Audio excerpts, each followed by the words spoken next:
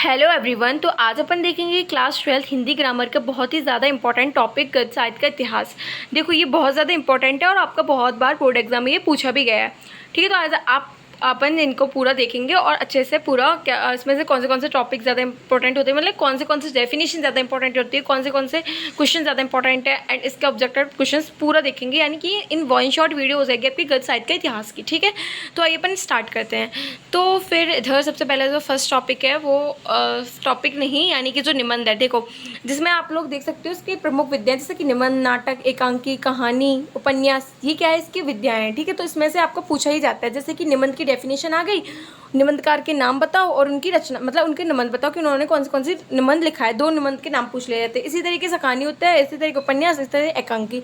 And इनमें जो अंतर होता है ना, ठीक है, वो भी पूछा जाता है कि कहानी और उपन्यास में अंतर बताओ। ठीक है, एकांकी और कहानी में अंतर बताओ, उपन्यास और एकांकी में अंतर बताओ, नाटक और कहानी में अंतर। इस तरीके से आपके अंतर भी पूछ ले जाते हैं। यानी कि जब तक आप इस टॉपिक मतलब इनके डेफिनेशन वगैरह को अच्छे से नहीं पढ़ोगे तो आप अंतर कैसे कर पाओगे। तो आइए अपन आज करते हैं सबसे पहले निबंध को। ठीक है, तो फर्स्ट पे आपकी निबंध, तो आपको निबंध की डेफिनेशन अच्छे से आनी चाहिए कि निबंध होता क्या है एंड इसके जो इनके दो निबंधकारों के नाम आने चाहिए अच्छे से। तो आइए अपन देखते हैं।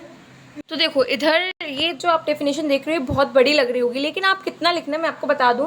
आपको इधर से स्टार्ट करना है। ठीक है, आपको सबसे पहले आपको जब भी डेफिनेशन वगैरह पूछी जाए तो आपको ये सबसे पहले तो उसकी डेफिनेशन का नाम लिख के डैश करके आपको, ठीक है, फिर आपको स्टार्ट करनी है उसकी डेफिनेशन की। निबंध वह रचना है जिसमें किसी गहन विषय पर विस्तार और परिणतिपूर्ण विचार किया जाता है, उसे निबंध कहते हैं। ऐसे भी कर सकते हो आप, या फिर आप ये वाली दो डेफिनेशन इसमें दी गई है आप इधर तक कर सकते हो। एक डेफिनेशन आपको जो ईजी लगे आप वो कर लेना। ठीक है, सेकंड डेफिनेशन आप इधर भी इतना बना सकते हो कि निबंध का शब्द का अर्थ है बंधन। ये बंधन विविध विचारों का होता है जो एक दूसरे से गूंथे होते हैं और किसी विषय की व्याख्या करते हैं। ठीक है, तो इसमें मैंने आपको दो डेफिनेशन बताई। आपको सबसे पहले क्या करना है, जब भी आपसे कोई भी ऐसी डेफिनेशन पूछी जाए कि निबंध क्या है इसके बारे में बताओ, तो आपको सबसे पहले तो हेडिंग में डाल देना है निबंध। ठीक है, फिर उसके बाद डैश करके आप डेफिनेशन को स्टार्ट कर सकते हो। तो एक तो मैंने इधर से इधर तक बताई, आप ये वाला भी कर सकते हो, बहुत इजी है।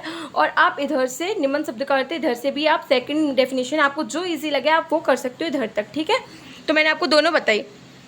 और अगर ऐसे भी पूछी जा सकती है, अगर ऑब्जेक्ट टाइप क्वेश्चन में पूछ लिया जाए कि यदि गद्य कवियों या लेखकों की कसौटी है तो निबंध गद्य की कसौटी है, मतलब कितने के शब्द हैं। तो अगर उसमें आपके ऑप्शंस में आ जाता है आचार्य रामचंद्र शुक्ल, ठीक है, बाबू गुलाब राय, जो भी हैं, तो आप टिक लगा सकते हो। तो थोड़ा आप इसको भी पढ़ लो, वैसे इतना इंपॉर्टेंट नहीं है लेकिन आप पढ़ते जाओ। ठीक है, उसको निबंध के तत्व ये इंपॉर्टेंट है। देखो मैं आपको जो स्टार लगा दूँ वो इंपॉर्टेंट है। तो निबंध के तत्व आपको अच्छे से आने चाहिए क्योंकि ये पूछ लिए जाते हैं कि निबंध के तत्व को लिखो। ठीक है, तो आप निबंध की विषय वस्तु विषय ये आप लिख सकते हो पॉइंट्स को। ठीक है, उसके बाद ये ज़्यादा इंपॉर्टेंट नहीं है। तो फिर उसके बाद अपन भारतेंदु युग ये आता है, भारतेंदु शुक्ल युग निबंध में ही आते हैं, यानी कि निबंध का ही एक पॉइंट है। और इसका जो समय काल है वो आपको याद कर लेना है 1850 से 1900 तक, क्योंकि ये बहुत बार आपका ओटीओ में पूछा गया है, इंपॉर्टेंट है। तो आपको ये कर लेना। ठीक है, उसके बाद इसकी विशेषताएं, आपको जो इजी विशेषताएं लगे आप उनको कर लेना। एक ये रही, ये चार इसमें विशेषताएं हैं, आप इसको कट करके भी कर सकते हो। ठीक है, तो भारतेंदु युग की विशेषताएं बहुत ज़्यादा इंपॉर्टेंट है और मैंने इसकी एक अलग से लेकर आऊँगी जिसमें मैं अपने शब्दों में, यानी कि ईजी जो मैंने बनाई थी ना पहले जब मैं 12th में थी, तो अपनी जो मैंने ईजी लैंग्वेज बनाई थी भारतेंदु युग की विशेषताएं की, तो वो मैं आपको कुछ दिनों में वो वीडियो में बना दूंगी सभी की। ठीक है, जैसे शुक्ल युग की ये जो सिंपल विशेषताएं थी। ठीक है, बाद ये देखो जो प्रमुख निबंधकार और उनकी रचनाएं हैं। ठीक है, तो भारतेंदु हरिश्चंद्र इंपॉर्टेंट है। आपको दो जो निबंधकार हैं दो याद कर लेने, एक आप बालकृष्ण भट्ट कर लेना या फिर आपको जो भी इजी लगे प्रताप नारायण मिश्र बद्रीनाथ कोई भी कर लेना।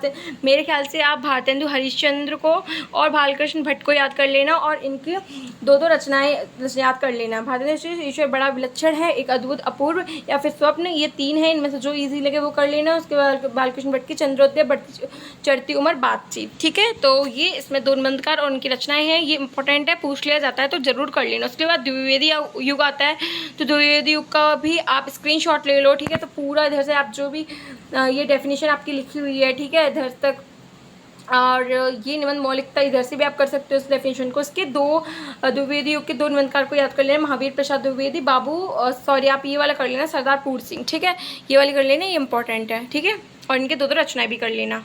के बाद आता है अपना शुक्ल युग। ठीक है, शुक्ल युग में आचार्य रामचंद्र शुक्ल के नाम से शुक्ल युग कहलाता है। ये इसकी भी आपको डेफिनेशन करनी है।